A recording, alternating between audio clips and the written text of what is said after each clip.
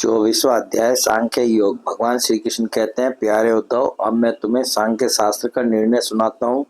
प्राचीन काल के बड़े बड़े ऋषि मुनियों ने इसका निश्चय किया है। जब जीव इसे भली भांति समझ लेता है तो वह भेद बुद्धि मूलक सुख दुख आदि रूप भ्रम का तत्काल त्याग कर देता है। युगों से पूर्व प्रलय काल में, आदि सत्य युग में, और जब कभी मनुष्य विवेक निपुण होते हैं, इन सभी अवस्थाओं में यह संपूर्ण दृश्य और दृष्टा जगत और जीव विकल्प शून्य, किसी प्रकार के भेदभाव से रहित केवल ब्रह्म ही होते हैं। इसमें संदेह नहीं कि ब्रह्म में किसी प्रकार का विकल्प नहीं है। वह केवल अद्वितीय सत्य है। मन और वाणी की उसमें गति नहीं है। वह ब्रह्म ही माया और उसमें प्रतिबिंबित जीव के रूप में, दृश्य और दृष्टा के रूप में दो भागों में विभक्त सा हो गया है।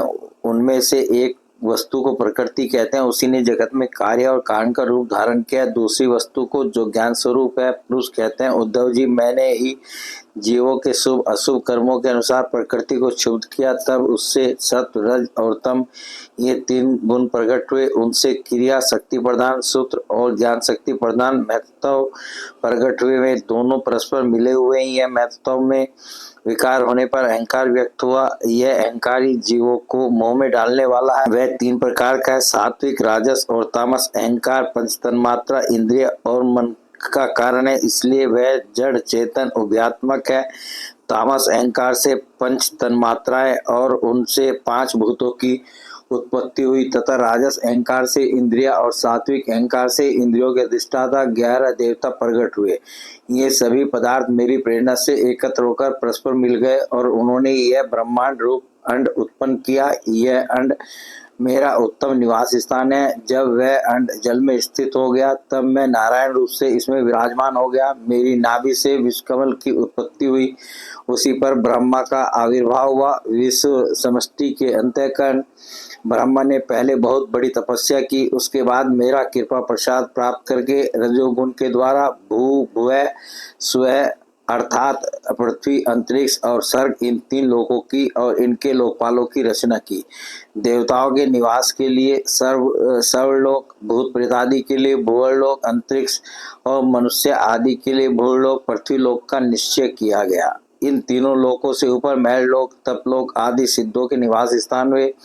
सृष्टि कार्य में समर्थ ब्रह्मा जी ने असुर और नागों के लिए पृथ्वी के नीचे अतल, वितल, सुतल आदि 7 पाताल बनाए। इन्हीं तीनों लोकों में त्रिगुणात्मक कर्मों के अनुसार विविध गतियां प्राप्त होती हैं।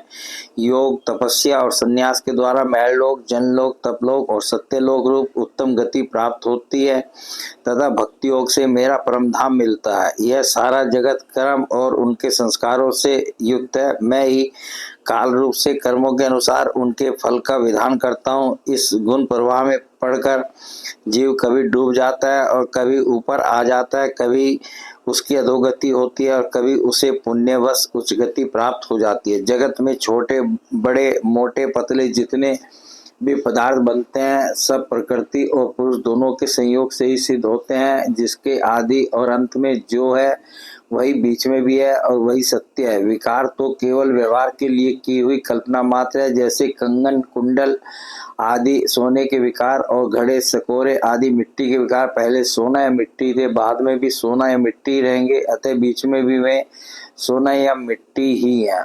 पूर्ववर्ती कारण, महत्व आदि भी जिस परम कारण को उपादान बनाकर अपर अहंकार आदि कार्य वर्ग की सृष्टि करते हैं, वही उनकी अपेक्षा भी परम सत्य। तात्पर्य यह है कि जब जो जिस किसी भी कार्य के आदि और अंत में विद्यमान रहता है, वही सत्य है। इस प्रपंच का उपादान कारण प्रकृति है, परमात्मा अधिष्ठान है और इसको प्रकट करने वाला काल है। व्यवहार काल की यह त्रिविधता वस्तुतः ब्रह्म स्वरूप है और मैं वही शुद्ध ब्रह्म हूँ। जब तक परमात्मा की ईक्षण शक्ति अपना काम करती रहती है, जब तक उनकी पालन प्रवृत्ति बनी रहती है, तब तक जीवों के कर्म भोग के लिए कारण कार्य रूप से अथवा पिता पुत्र आदि के रूप से यह सृष्टि चक्र निरंतर चलता रहता है। यह विराट ही विविध लोकों की सृष्टि, स्थिति और संहार की लीला भूमि है। जब मैं काल रूप से इसमें व्याप्त होता हूँ, प्रलय का संकल्प करता हूँ, तब वह यह भुवनों के साथ विनाश रूप विभाग के योग्य हो जाता है। उसके लीन होने की प्रक्रिया यह है कि प्राणियों के शरीर अन्न में,